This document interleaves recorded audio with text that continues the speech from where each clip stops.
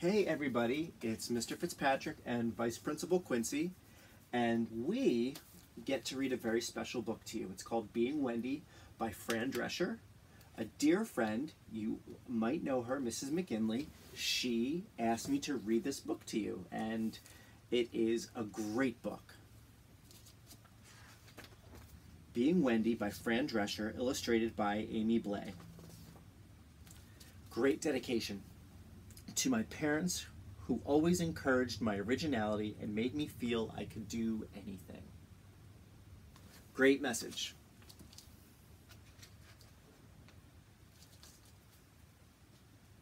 Boxville. Deep in a valley sits the tiny town of Boxville, and all the people who live there fit very comfortably in the boxes they wear.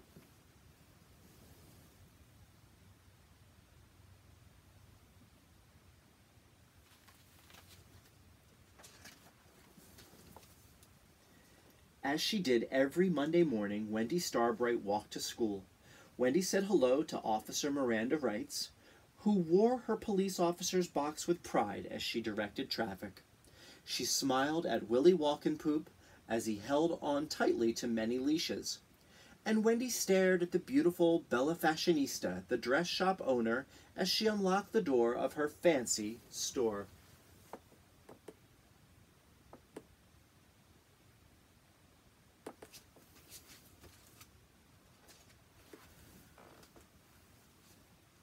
At school, Wendy's teacher, Mrs. Redenwright, wrote on the blackboard in perfect penmanship.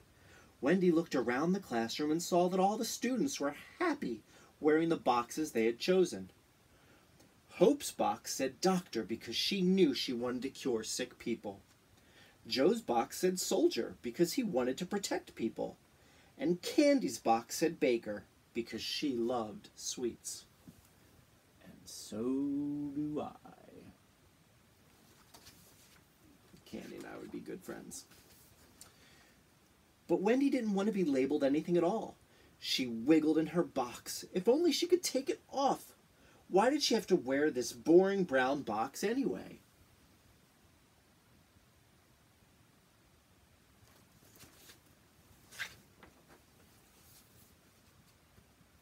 Wendy was full of ideas. She loved to do lots and lots of things. How could she possibly pick one to put on her box? Wendy loved to play her guitar and shoot hoops. Should her box say guitarist? Or maybe basketball player? Or... Oh, thought Wendy, how will I ever choose just one box? She was afraid to say out loud that she felt different from everyone else.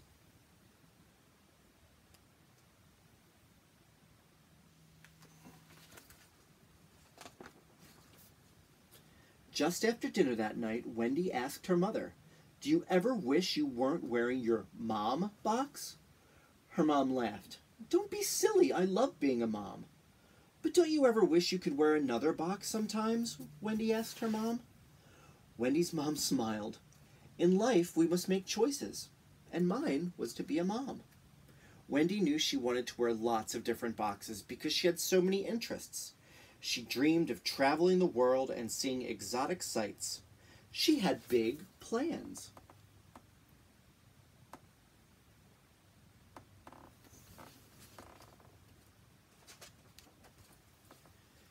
She imagined herself meeting with foreign leaders, working for world peace. She thought about running marathons. Sometimes she wanted to be a great writer. Wendy even dreamed of being a famous actress. How could she do all these exciting things if she had to wear just one box? She couldn't.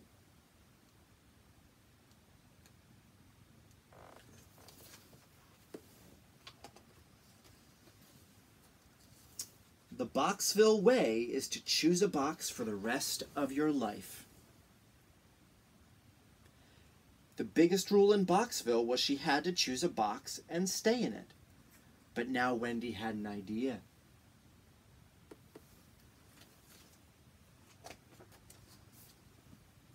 On Wednesday morning, Wendy Starbright left her house before her parents could see her, without putting on her box. Out on the street, Wendy caused quite a stir. Officer Miranda Wrights blew her whistle, but Wendy kept walking. Willie Walking-Poop's dog barked and howled, but Wendy kept walking. And Bella Fashionista covered her eyes, but Wendy kept walking.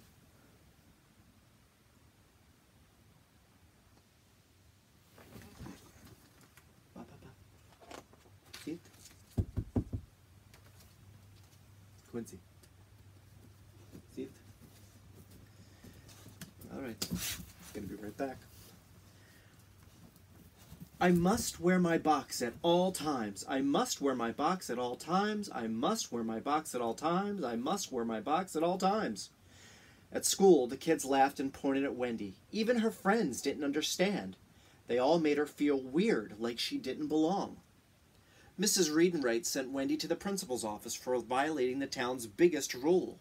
Why can't you just choose a box like everyone else, Wendy?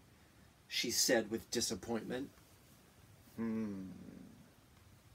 Not sure how I feel about that. The principal called Wendy's father. As soon as her dad arrived, Wendy burst into tears and ran into his arms. But as always, his box got in the way. On the walk home, Wendy told her dad the truth. I know everyone in Boxville likes wearing their boxes, but I don't. You just haven't found the right box yet. But you'll find one that fits, said Wendy's dad. Thanks, Wendy. Thanks, Wendy said with a weak smile. But I know in my heart that one box will never be enough for me. Well, think it over, said Wendy's dad. And please, get back inside your box to do that.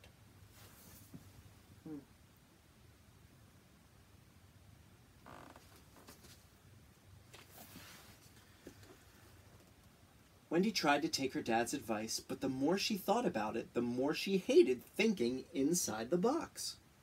She would never fit in at school, at home, or in Boxville. Being different was lonely, but she couldn't be any other way. She was different.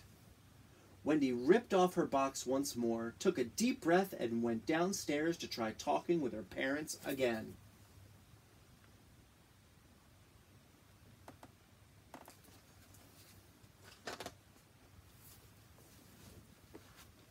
Her whole family was in the kitchen, but something was very different about them. They were out of their boxes. What's going on? Wendy asked. Well, we did some thinking too, and decided you're right, said her mom. You're a very special girl, Wendy, said her dad. You have a lot of different talents that make you you, and that's a good thing. You should do anything and everything you want. We all should. Wendy smiled her biggest smile.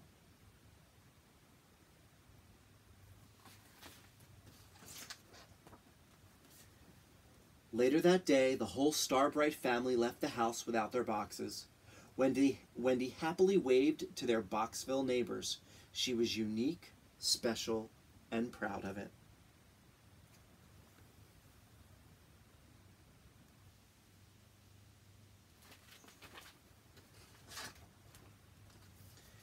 Soon after, the Starbrights packed their stuff into their now empty boxes, loaded up the car, and left Boxville for a new town called Freedomland. The end.